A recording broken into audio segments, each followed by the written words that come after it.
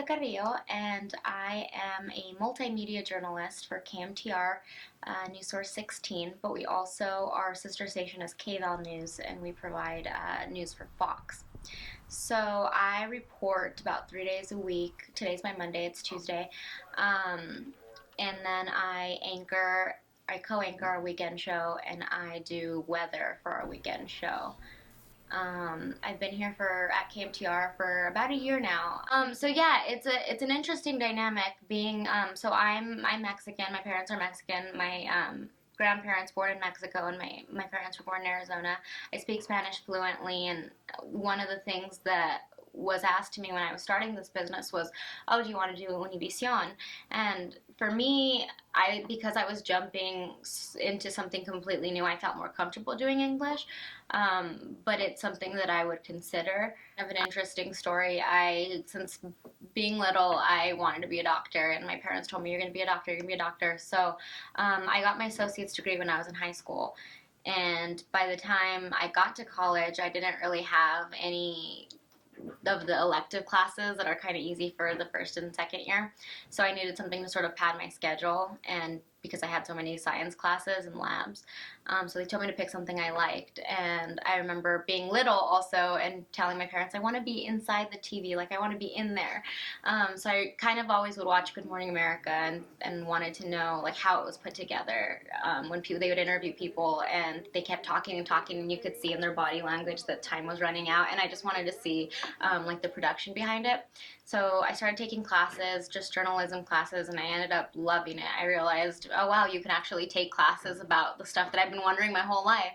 So I continued a Bachelor of Science in Biology and still doing my pre-med, but I was kind of doing journalism on the side, and I would watch the news every day, just in general while I was getting ready. We had a ABC affiliate up there, and we took a tour of one of the news stations, and I'm not proud of this, but I like cried when I walked in because I had like watched them since I was little, and it was so neat to see the people that like I grew up watching, and I was like, I need to be in here.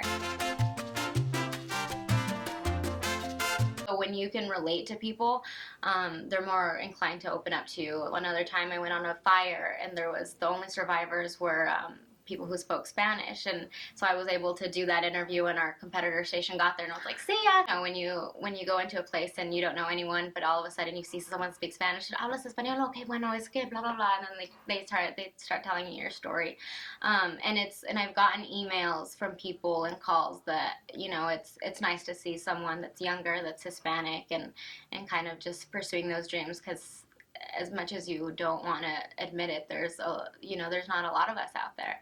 So. Okay.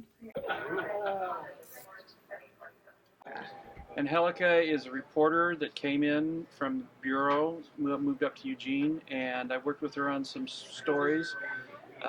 We've collaborated on sweeps packages, and whenever we can work together, it's a great treat because she's somebody that knows what she's doing. She has a vision for her story, and we try to work together to do the best that we can to put it together.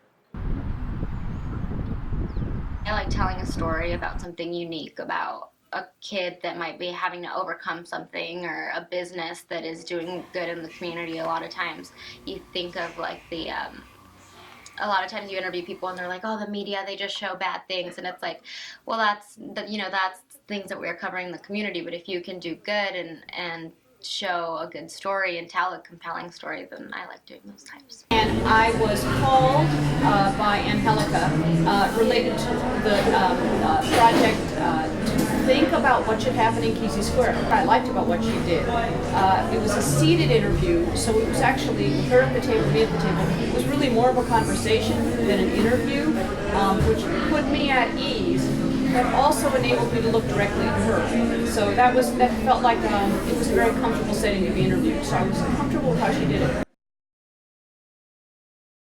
For me, it's more being close to my family. And honestly, I probably won't continue doing journalism after Tucson. I kind of want to go back to do not medical school, but probably PA school, to be a physician's assistant, because it's still like I'm curious. So, yeah.